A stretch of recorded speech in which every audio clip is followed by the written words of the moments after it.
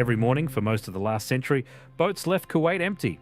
They sailed north, up the shallow head of the Gulf, into the brown water, where two great rivers finally reach the sea.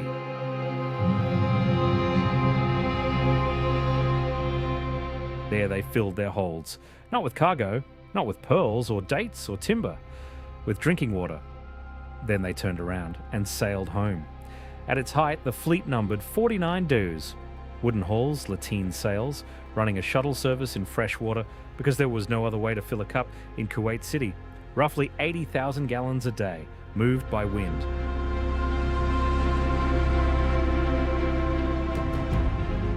Nobody sails north for water anymore.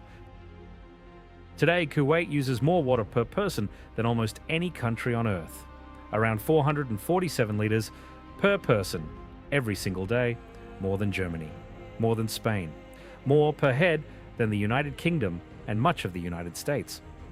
And Kuwait has no water, no river, no lake, no stream that runs from one year into the next. Rainfall averages about 110 millimetres annually, and in this heat, most of it never reaches the groundwater at all. It evaporates on the way down or off the sand within hours. Count only what the country naturally renews, what falls, soaks in and stays. And the figure comes to roughly 4.8 cubic metres per person per year.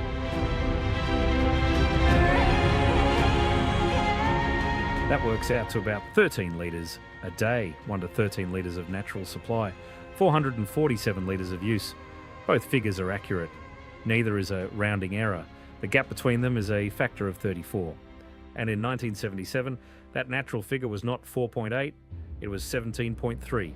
The supply side has been shrinking the entire time the demand side has been climbing. So the water is made, manufactured industrially from the sea. The same sea those dhows once crossed on their way to find something better. Kuwait was the first country in the world to make that its national policy. Not a pilot project, not a supplement, a plan. Mysterious. But that is where most people stop. They hear the word desalination and they file the story away as solved. Rich country, warm sea, expensive machinery, problem closed. It is not closed. It was traded. Reflective. What Kuwait actually built was not an escape from scarcity. It was a substitution, and the substitute has conditions of its own. Conditions that are strange and specific and mostly invisible from the tap. The water cannot be made unless something else is being made at the same time. When it is finally made, it is too pure to drink. And the sea it comes from is not a limitless reservoir. It is a shallow, half-closed bathtub at the top of the Gulf, and it is changing. So the question is not where the water comes from. Everyone already knows that answer. The question is, what has to keep happening every hour, without pause, for it to arrive? Wonder. Start with a single litre. It begins somewhere off the Kuwaiti coast, a few metres below the surface, in water that is already warmer and saltier than the open ocean. It is drawn through a screened intake, past filters designed to stop jellyfish and weed and silt, and into a building. Inside that building, it will be heated, not by a boiler built for the purpose, by steam that has already done another job first. Because in Kuwait, water is not the primary product. It is the second thing that comes out of a power station. Reflective. That single fact shapes everything downstream. The reservoirs, the towers, the wells, the farms, the bill.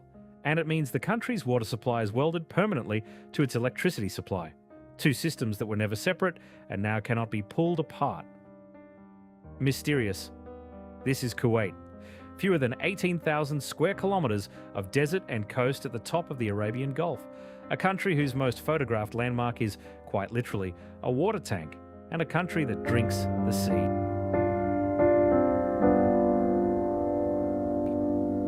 Reflective. The place to begin is a district called Shuwaik, on the southern shore of Kuwait Bay, just west of the old city walls. There is a port here now. Container cranes, a university, warehouses. It does not look like the origin of anything. But two things happened on this stretch of coast 20 years apart, and the second one changed the country permanently. Wistful. The first is easy to miss. In 1905, a well was struck at Hawali with enough yield to matter, the first large-capacity freshwater well anyone had found. For a moment, it looked like the ground might provide. It did not. 2 years later, the rains failed badly, and Kuwait began importing water in earnest. That is when the DEW fleet becomes a permanent institution rather than an emergency measure. By 1939, there is a formal company running the boats. By the mid-1940s, the fleet is 45 hulls strong and the runs are continuous. Then oil money arrives and the population starts climbing, and 45 boats is no longer a supply. It is a bottleneck. Reflective, 1951. At Mina Al Ahmadi, on the oil terminal south of the city, the Kuwait Oil Company commissions a small distillation unit, 80,000 imperial gallons a day. Some of it is piped north toward Kuwait City. It is a modest machine. It is also the first time in human history that a country decides its citizens will drink seawater as a matter of state policy. Wonder. 2 years later, in 1953, a much larger plant opens here at Shuwaik. 1 million gallons a day at the start. Over the following decades, it will grow to 28. The submerged tube design of that first plant is quickly abandoned. What replaces it is a process called multi-stage flash distillation. And by 1958, the first commercial units are running. Every major plant Kuwait builds after 1960 uses it. Reflective Shuwaik still matters, though not for the reason it did in 1953. Somewhere in this district sits the Water Control Centre. It is the room where national pumping is watched, pressures, levels, flows across the whole distribution system. Not one system. 2. Mysterious Kuwait runs 2 separate national water networks, buried side by side under the same streets. One carries fresh water, one carries brackish water, salty, undrinkable, drawn from wells in the desert. Each network has its own underground reservoirs, its own pumping stations, its own elevated towers, its own set of connections into buildings, around 185,000 for fresh, around 76,000 for brackish. Reflective. Most countries do not do this. Most countries cannot afford to do this. Hold on to that second pipe. It will not make sense until much later, and when it does, it will explain the strangest thing about Kuwaiti tap water. Wonder. 90 kilometres or so south of the capital, past the last of the suburbs and the last of the scrub, the coast turns industrial. This is Azur, and what stands here is not a power station with a water plant attached or a water plant with a power station attached. It is one machine that produces 2 things, and it cannot easily be persuaded to produce only one. Reflective. Follow the fuel. It burns in a boiler. The boiler makes high-pressure steam. The steam is fed into a turbine, and the turbine spins a generator, and the generator puts electricity onto the national grid. That is the first product, and in most of the world, it is the only product. But the steam leaving that turbine is not finished. It is lower in pressure now, around 2 bar by the time it is throttled to where it needs to be, and it is still carrying an enormous amount of heat. Wonder. In most countries, that heat is thrown away. It goes up a cooling tower, or into a river, or into the sea, and it is simply lost. In Kuwait, it is caught and used to boil the ocean. Reflective. The process is called multi-stage flash distillation, and the word that matters is flash. Seawater is heated, then pushed into a chamber where the pressure has been dropped below the point at which that water can stay liquid. It does not boil in the way a kettle boils. It flashes. A portion of it turns to vapor instantly, across the whole volume, because the pressure has fallen out from underneath it. That vapor rises. It touches cool tubes carrying incoming seawater. It condenses on them as pure distilled water and runs down into a collecting tray. And the incoming seawater in those tubes is warmed by the contact, which is exactly what you want, because that water is about to enter the next stage. Wonder. Then it happens again, and again. Chamber after chamber, each at a lower pressure than the last, each one flashing off a little more, each one preheating the feed for the one behind it. That is the multi-stage part. It is not one big boil. It is a cascade of small ones, arranged so that almost none of the heat escapes without doing work on the way out. Reflective engineers measure how well this works with a number called the gain ratio, how many parts of fresh water you get out for each part of heating steam you put in. In Kuwait's plants, that number sits around 8 to 1. 1 unit of steam, carefully passed down a staircase of falling pressures, yields 8 units of drinkable water. Mysterious. But look closely at where that steam came from, and the dependency becomes visible. It came out of the turbine, which means it only exists if the turbine is turning. which means it only exists if electricity is being generated. Reflective. Now turn the generator down. Lower the load on a 300 megawatt steam turbine and the pressure everywhere inside it falls with the load. Drop far enough, down toward a quarter of rated output, and the extraction point that feeds the distillers falls to around 2 bar all on its own. There is a throttling valve in that line specifically to hold the pressure steady as conditions move. Below a certain point, there is nothing left to hold. The steam is not there. Wonder. So the water output follows the electricity output, not loosely, mechanically. You cannot make water in Kuwait without making electricity, and in the parts of the year when electricity demand is low, the country faces a peculiar problem. It must run generation it may not strictly need because the alternative is not making water. Reflective. The plants are stitched together internally to soften this. A common steam header runs between the boilers of a station so that steam raised in one unit can be routed to a distiller in another. If a boiler drops out, its distiller does not necessarily have to stop with it. The header holds the machine together. That is the interdependence, laid bare in pipework. Not a metaphor, a manifold. Mysterious. There is a second process on this same site, and it works in the opposite direction. Alongside the distillers at Az-Zur South sit reverse osmosis units, membranes rather than heat. Seawater is forced against a barrier with pores fine enough to pass water molecules and reject dissolved salt. It is a pressure problem instead of a temperature problem, and it uses considerably less energy.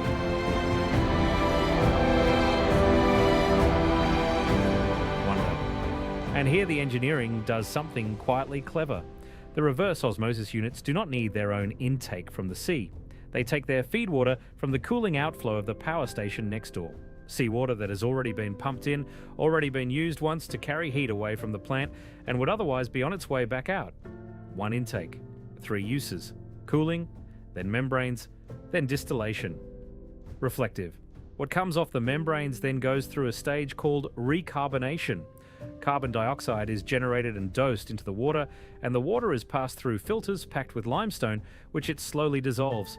Minerals are being put back in, deliberately, at cost. And then that stream is blended with the water from the distillation plant next door, and the two become one. Mysterious, which raises an obvious question. And it is the question this whole system turns on. If the water coming out of these machines is the purest water in the country, distilled, mineral-free, cleaner than anything that has ever fallen as rain here, why does it need fixing before anyone can drink it? Wonder. Drive back north into Kuwait City, and you cannot avoid them. Concrete stems rising out of ordinary neighbourhoods, each carrying a fluted, tapering tank near the top, ringed in blue and white spirals. Some are 35 metres tall, some closer to 40. They stand in clusters, and each cluster is different. Different heights, different numbers, different patterning. Most visitors photograph them and assume they are sculpture. Reflective, they are tanks. In 1965, the ministry commissioned a Swedish engineering firm, VBB, to design a modern distribution system for a city that had distillation plants but no proper network to move the water they made. Until then, plant output was being carried to customers by road tanker. The firm's chief architect was a man named Sune Lindström. Wonder, Lindström divided the city into 6 service areas. 5 were already populated. The 6th was left for growth that had not happened yet. Then he designed the tanks that would serve them, and he refused to make them ugly. 31 towers in 5 groups, each holding 3,000 cubic meters. He called them the mushroom towers, and he shaped them so that the tank itself casts shade on the ground below. The idea being that the space beneath each cluster could become a garden, a pillared hall of concrete stems with cool ground under it. Reflective. For the 6th site, on the bay itself, something more was wanted. That group became the 3-tower cluster, now known simply as the Kuwait Towers, 2 of which are also water tanks, the main sphere holding 4,500 cubic meters alongside a viewing deck and a restaurant. They were completed in 1976. In 1980, the whole scheme won the Aga Khan Award for Architecture. Wonder. A country with essentially no natural water made its water storage the thing it puts on postcards. Mysterious, but do the arithmetic and something odd falls out. 33 towers, 102,000 cubic meters of combined storage. Kuwait's installed desalination capacity across its coastal plants runs to more than 3 million cubic metres a day. Reflective, 102,000 against 3 million a day. That is not a strategic reserve, that is roughly 47 minutes of national production. Under an hour.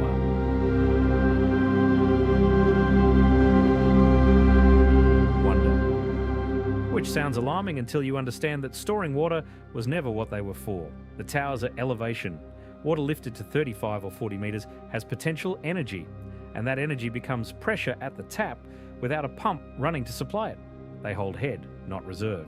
They smooth the peaks and troughs of a day's demand and keep the pressure steady in 6 zones of a city while the plants run at their own steady rate far away on the coast. Reflective. The reserve is somewhere else entirely. Underground, unphotographed, and considerably larger. But that comes later. For now, the important thing is that Kuwait's most famous structures are working parts of a machine, and that the water arriving inside them has already been through something no one watching from the ground would guess. Mysterious. Between the coastal plants and the towers, there is a building nobody photographs. There are several of them, in fact, at Shuwaik, at Shuaiba, at Doha. On a map, they are unremarkable. In the system, they are the point at which Kuwaiti water becomes Kuwaiti water. They are called blending plants. Reflective. Here is the problem they exist to solve. Distilled water is pure. That is the whole point of distillation. You evaporate the water and leave everything else behind. Salts, minerals, dissolved solids, all of it stays in the brine. What comes out the other side has a total alkalinity below 1 milligram per litre, measured as calcium carbonate. For comparison, ordinary drinking water in most of the world sits somewhere between 50 and 200. Effectively, there is nothing in it but water. Wonder. And water with nothing in it is not neutral. It is hungry. Pure water is chemically aggressive. It will pull minerals out of whatever it touches because equilibrium demands that something dissolve into it. Run it through a distribution network and it goes to work on the network, leaching from cement linings, attacking metal fittings, corroding the very pipes that are supposed to deliver it. Reflective, it also tastes wrong. Flat, empty. The mineral content of water is most of what people register as taste, and distillate has none. So it cannot go into the mains as it is. It has to be given something back. Mysterious, and what Kuwait gives it back is the desert. Reflective, under the country lie 2 aquifer systems. The upper one is the Kuwait Group, layers of sediment and clastic rock holding water. Beneath it, separated by a partly permeable barrier, sits the Dammam Formation. Neither is fresh. The Kuwait Group runs between 4 and 9,000 milligrams of dissolved solids per litre. The Dammam sits between 3 and 6,000. Seawater, for reference, is around 35,000, so this is not sea, but it is a long way from drinkable. This is brackish water. And Kuwait pumps it out of well fields at Sulaibia, at Shagaya, at Wafra, at Kudair, at Al Atraf. Wonder. At the blending plants, the 2 streams meet. Distilled seawater from the coast, brackish groundwater from the desert, mixed in a controlled ratio, and the ratio is small. The studies of the Kuwaiti plants put the optimum at roughly 7 to 8% at Shuwaik, 8 to 9 at Shuaiba, around 8 at Doha. Some of the makeup runs closer to 5. Reflective. So take 1,000 litres of Kuwaiti tap water. Somewhere around 920 litres of it began as the Arabian Gulf, boiled in stages by the exhaust of a turbine. The other 80 came out of a well in the desert. Mysterious. That 80 litres is not a garnish. Without it, the 920 would eat the pipes it travels through and taste like nothing at all. Which means the second network finally makes sense. The brackish pipes running under Kuwait City are not a curiosity or a legacy. They are structural. They carry the makeup water to the blending points, and they carry brackish supply directly to farms, to parks, to landscaping, to a range of domestic uses that do not require drinking quality. 76,000 connections, a parallel country, plumbed underneath the visible one. Wonder. And at the scale of an actual house, it produces a domestic arrangement most people elsewhere would find baffling. Survey work in Kuwait has found that almost every household is connected to the fresh network, around 97%, but roughly 7 in 10 also have a brackish connection running into the same building. Reflective. 2 supplies, Two sets of pipes coming through the wall. One of them safe to drink and expensive to make, the other salty, cheaper and drawn from the ground. Which one you use depends on what you're doing. The garden takes the brackish line, so does the car and the yard, and in many buildings the cooling systems and parts of the cleaning. The drinking, the cooking, the bathing take the fresh. Wonder. It means that a Kuwaiti household is, in a small way, running the same allocation decision the national system runs: precious water for the things that require it, salty water for everything that does not. Reflective. It is also why the 54% figure for irrigation is not simply a story about distant farms in Wafra and Abdali. A great deal of that water is going onto verges, parks, roundabouts, hedges and lawns inside the cities themselves.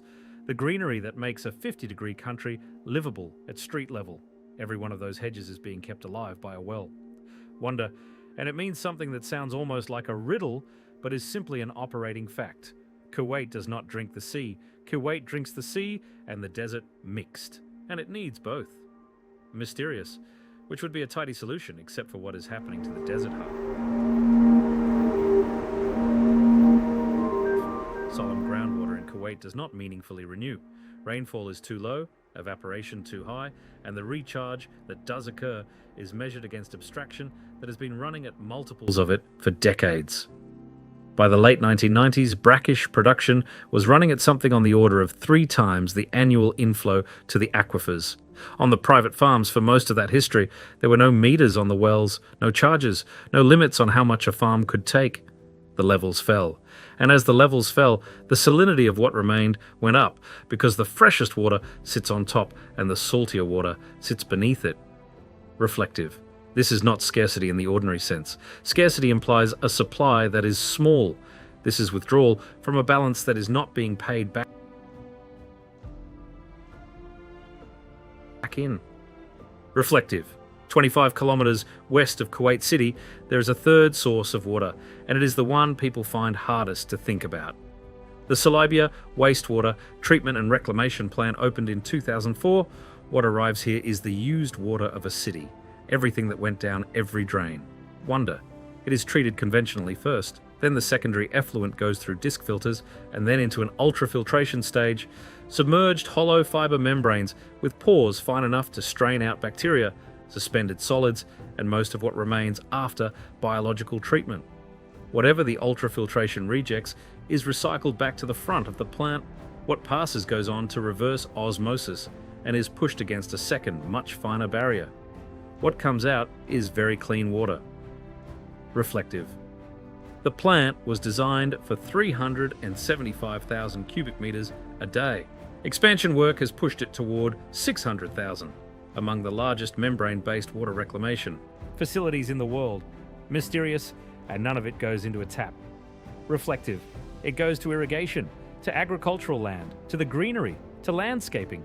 The purpose is not to top up drinking supply, it is to keep desalinated water and pumped groundwater out of the soil so that the expensive water stays in the pipes people drink from. Which raises the obvious question of how much water Kuwaiti soil is actually taking. Wonder. The answer is most of it. Reflective. 2 farming belts account for the bulk. Wafra in the south around 356 square kilometers. Abdali in the north around 310. Together with the Sulaibia farming area, they are where Kuwait's agriculture happens. Protected cultivation, greenhouses, poultry, dairy, seasonal vegetables. Of all the water Kuwait uses, agriculture and landscape irrigation take around 54%. Municipal use. Every home, every office, every hotel, every hospital in the country takes 44. Industry takes 2. Mysterious. More than half the water in a country with no water goes onto the ground. Solemn. And Kuwait imports over 90% of its food anyway. Reflective. Both facts are true simultaneously. The agricultural sector is the single largest consumer in the national water system, and it supplies a small fraction of what the country eats. Eggs, fresh milk, some vegetables in season. Almost everything else arrives by ship. The water is spent domestically. The food is bought abroad, and what the farms mostly draw on is the brackish groundwater. The same aquifers that supply the 8% of every glass of tap water in the country.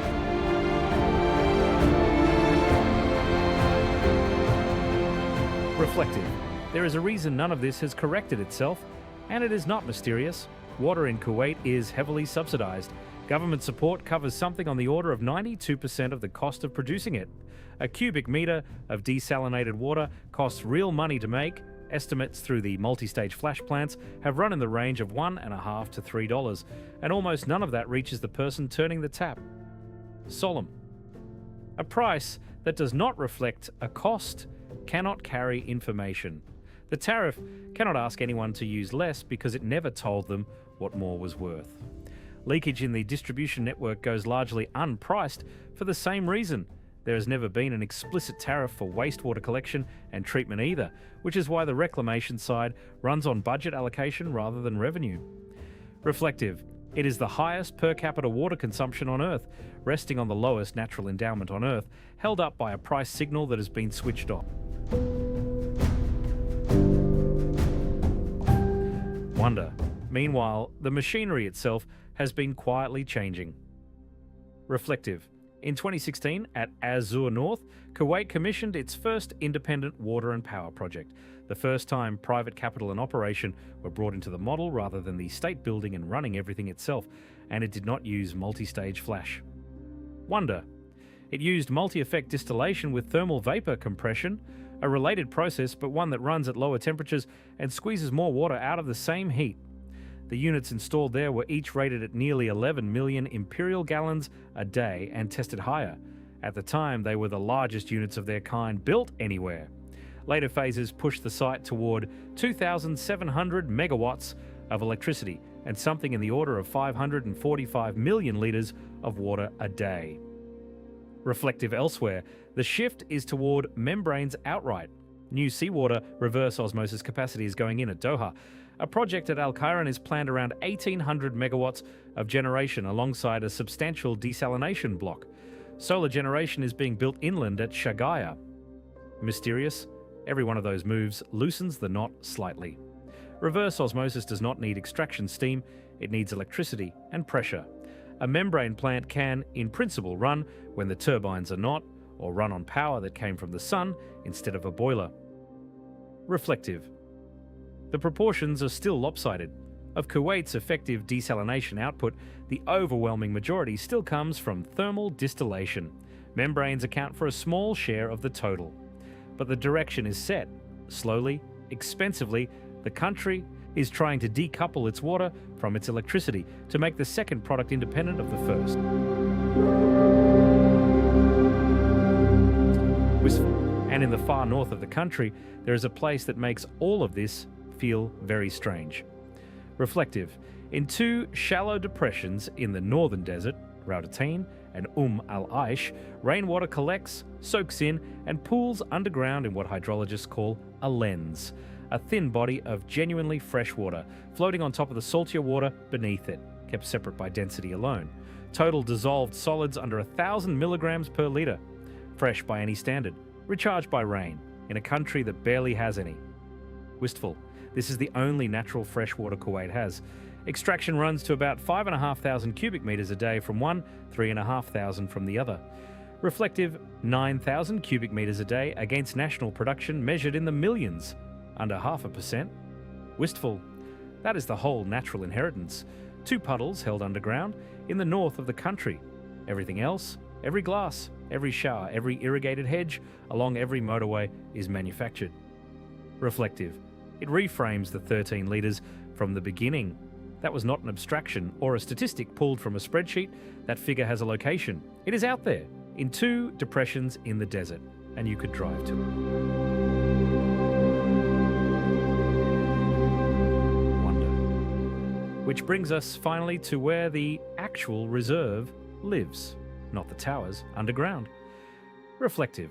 At the distribution complexes, Doha, Hawali, and others, sit buried reservoirs, and these are where the buffer is.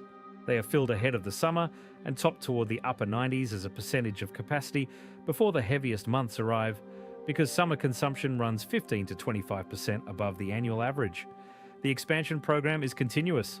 A major rehabilitation at the Doha complex adds around 130 million imperial gallons of storage and lifts pumping capacity toward 220 million gallons a day. The Hawali complex is being upgraded specifically to deal with chronically low pressure in one of the densest governorates during peak summer. 6 new underground reservoirs are planned at Al Naim, each of 100 million imperial gallons for both fresh and brackish. An entire new supply system is being built at Mutla City, which did not exist as a place at all a few years ago. Mysterious. The word used for all of this, everywhere in the world, is water security. Reflective. It is a strange phrase when you look at what it describes here. There is no security in the sense of independence. Nothing is being secured against need. What is being secured is time, the number of hours the country can continue drinking if the machine stops. The towers give under an hour of pressure. The reservoirs give considerably more than that, and that is the whole meaning of the term, not freedom from the system, but a slightly longer pause before the system is missed. Reflective. In areas the network has not reached yet, people still fill containers at water filling stations. Trucks still run. That part of the story has not entirely ended. Reflective. Step back far enough to see the whole fleet at once, and the shape of the country changes. Kuwait's coastline is not really a coastline. It is a production line. Wanda Schweiber in the industrial area beside the refinery, dating from 1970. Around 800 megawatts of electricity. Around 30 million imperial gallons of water a day.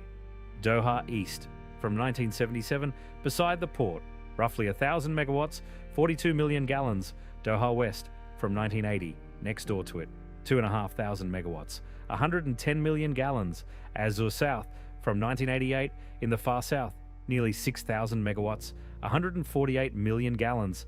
And in the north, Sabia, the largest generating station in the country when its combined cycle phases came online, adding thousands of megawatts to the grid. Reflective 8 desalination plants in total, strung along the shore, with an installed capacity above 3 million cubic metres a day. Every one of them is a power station, not one of them is only a water plant. Mysterious, which means the honest way to describe Kuwait's coast is this. It is where the country turns fuel into two things at once and has no way of ordering only one. Wonder. And the fuel bill is not small. Reflective, Kuwaiti engineers have been documenting this for decades. Mohammed Darwish spent much of a career publishing on the energy economics of exactly this arrangement. How much heat a distiller really consumes, how the fuel burned at a dual-purpose plant should be fairly divided between the electricity and the water, what a cubic metre genuinely costs once you account for the steam that made it. The numbers he and others worked with are not flattering. Multi-stage flash consumes on the order of 300 kilojoules of thermal energy for every kilogram of water it produces, plus pumping work on top. Production costs through those plants have been estimated in the range of $1.50 to $3 per cubic metre. Mysterious. So a country that built its wealth on selling energy spends a significant share of that same energy, manufacturing something the rest of the world gets from the sky.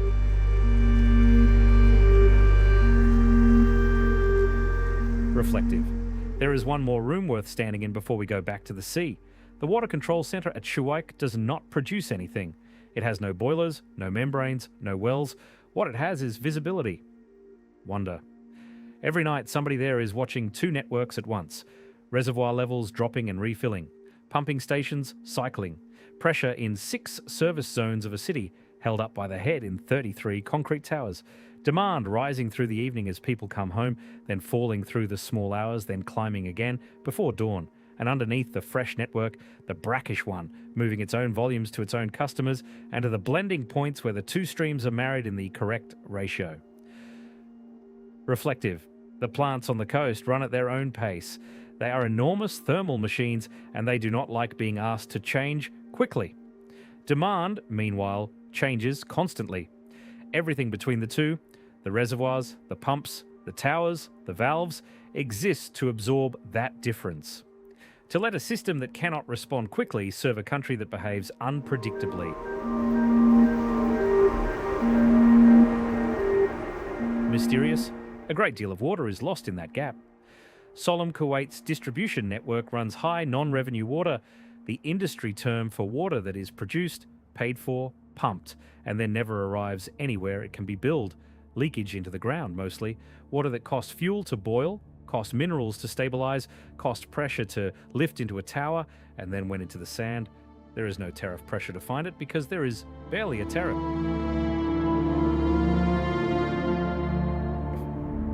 Mysterious. Now go back out to the water. Not the plant, not the pipe, the sea itself.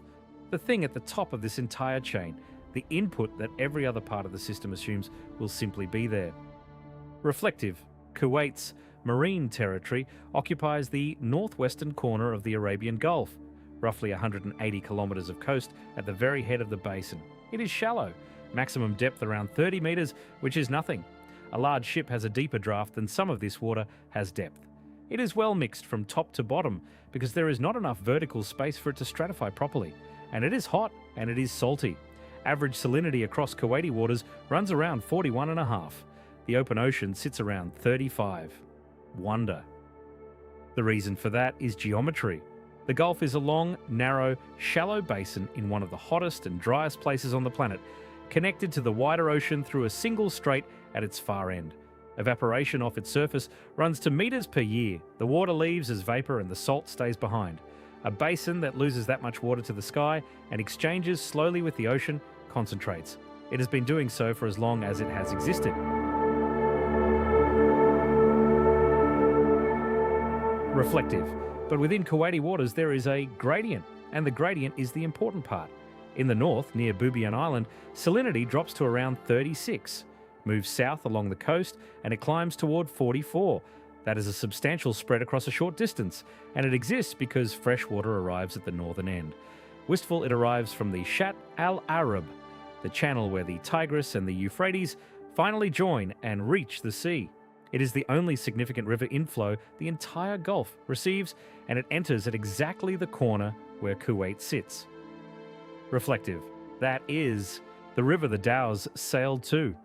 49 wooden hulls running north on the same current that carries that fresh water south, filling their holds at the one place in this whole region where a river actually meets the coast, and running 80,000 gallons a day back to a city that had nothing.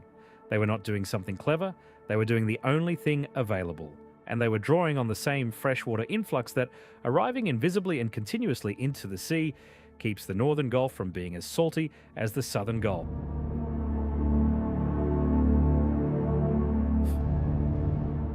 The river's outflow is not what it was. Reflective, less fresh water now reaches the mouth of the Shat al-Araba than reached it in the 20th century. The seasonal pulse still comes, peaking through the spring and into the summer, but the volume behind it has fallen. And when the diluting inflow at the top of the basin weakens, the gradient flattens. The north stops being fresher than the south. Wonder. The measurements exist. A monitoring station in Kuwait Bay designated K6 and an offshore station further south have been sampled for decades. Between 2000 and 2013, salinity at those stations rose by roughly 6 units. 6 in 13 years. In a body of water where the difference between the fresh end and the salty end of the whole national coastline is 8. The lowest figure recorded in Kuwait Bay was 34.9 in May of 1998. The highest was 48.9 in November of 2011.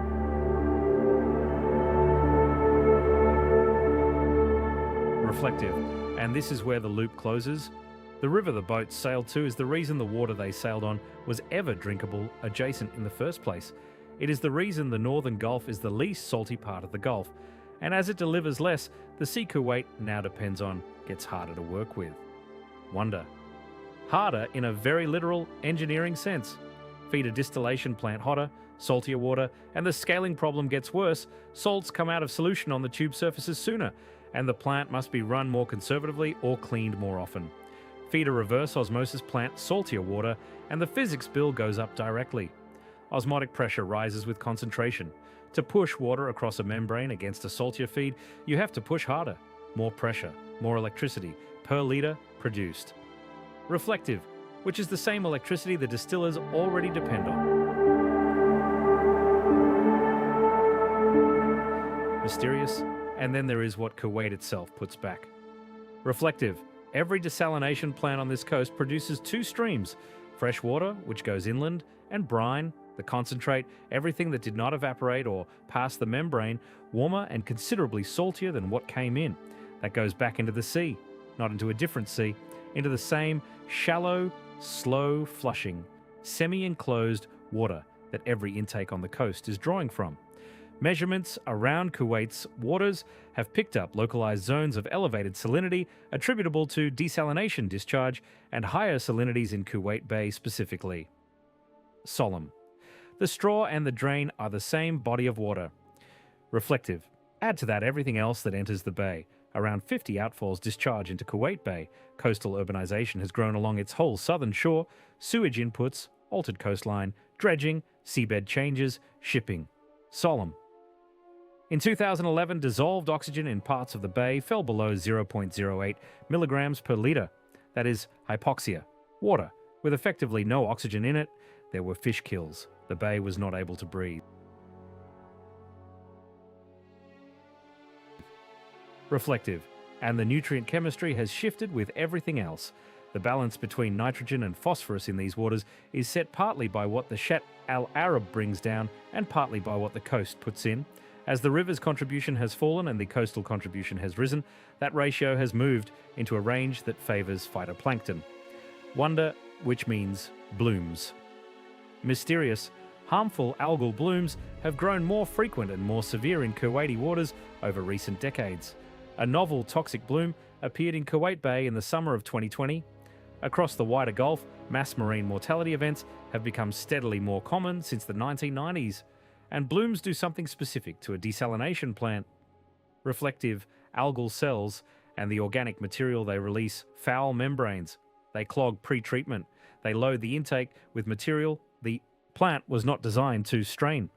During a major bloom that swept the region in 2008 and 2009, at least 5 desalination plants elsewhere in the Gulf were forced to shut down entirely. A plant cannot process water. It cannot filter.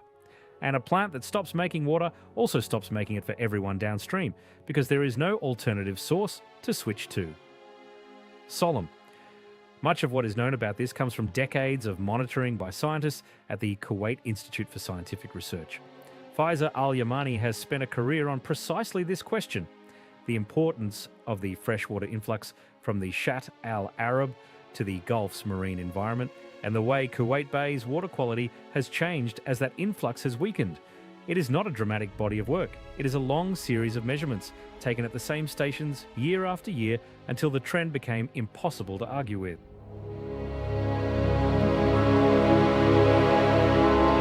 Reflective. Now put every part of the machine on the same clock. Wonder. It is August in Kuwait. Afternoon temperatures push past 50 degrees.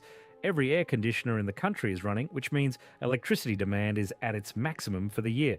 Consumption of water is 15 to 25% above the annual average because it is 50 degrees. That is the hour the grid is under the most strain. Mysterious.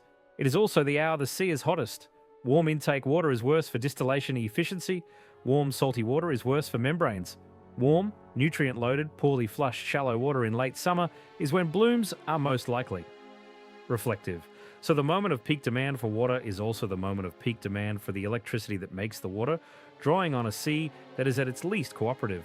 There is no part of that sentence that can be adjusted independently of the others. Solemn. That is what interdependence actually means, not that the parts are connected, that they fail toward each other. Reflective.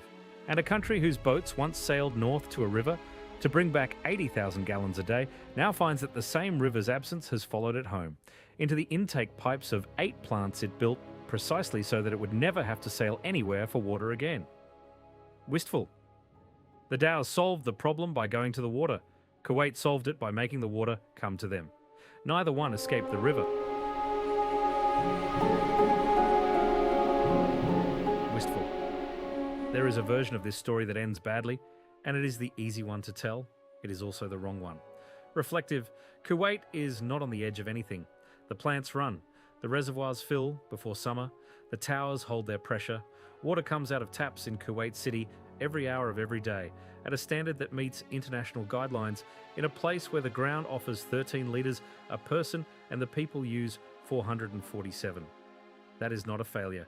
By any reasonable measure, it is one of the more remarkable pieces of civil engineering anyone has attempted, sustained for 70 years in conditions that would have emptied the place otherwise. Wonder. What is worth understanding is what it cost and what it is made of. Reflective. A glass of water in a Kuwaiti kitchen is about 920 parts seawater to 80 parts desert well. The seawater half was boiled by steam that had already spun a turbine in a cascade of chambers at falling pressures, and it came out so pure it would have corroded the pipe it travelled through if the desert half had not been added to it. The desert half came from an aquifer that is not refilling. It was lifted into a concrete tower shaped like a mushroom by a Swedish architect who thought a water tank should be worth looking at, and it arrived at the tap under the weight of its own elevation, without a pump. Wistful. And the sea it started in is a shallow basin at the head of the Gulf that is getting saltier, partly because a river far to the north delivers less than it used to, and partly because every plant on the coast returns its brine to the water it drinks from. Reflective. Remove the turbine and there is no steam. Remove the steam and there is no distillate. Remove the well and the distillate cannot enter a pipe. Remove the tower and the pressure fails. Remove the river and the sea gets harder to work with. Nothing here works alone. That is not a poetic observation about Kuwait. It is a description of the plumbing wonder. And the country is, slowly, trying to loosen it. Membranes instead of boilers, solar instead of gas, reclaimed water instead of pumped groundwater on the fields, 6 new reservoirs at Al Naim, a whole new supply system at Mutla. Each of those is an attempt to make one part of the machine able to survive without another. Reflective. But the honest thing to say is that the coupling is not gone. It has only been made a little looser. Wistful. The dhows are gone. There are photographs of them. Heavy wooden hulls sitting low in the water, riding a cargo that most of the world has never thought of as cargo. They ran that route for the better part of half a century, and then one day they did not need to, and the whole arrangement was quietly retired as a piece of history. Reflective. Except that the route they sailed still matters. The water they went looking for is still doing its work out at the top of the Gulf, keeping the northern basin fresher than the southern one, holding open a gradient that Kuwait's intake pipes sit inside. The boats stopped going to the river. The river never stopped mattering. Reflective. Perhaps that is the thing worth taking from a place like this. Every inhabited spot on Earth runs a machine like this one. Every city you have ever been in has a chain of dependencies behind its taps. A catchment, a reservoir, a treatment works, a pump, a network of pipes older than anyone remembers, and somewhere upstream, a river or an aquifer or a glacier that has to keep behaving. In most places, the chain is buried and long and old, and nobody has to think about it. The water is simply there, and the question of where it comes from is not a question at all. Wonder Kuwait is the place where none of it is hidden. Here you can stand on a shoreline and see the whole thing at once. The intake, the stack, the pipe running inland, the tower on the horizon holding the pressure up, the well out in the desert supplying the 8% that makes the rest of it drinkable, all of it above ground, all of it visible, all of it built inside a single lifetime by people who could remember when the answer was 49 boats. Reflective. It is not that Kuwait has a water system and other countries do not. It is that Kuwait has to look at its own. Thank you for watching. If this kind of story is what you come here for, subscribe and we will see you on the next one.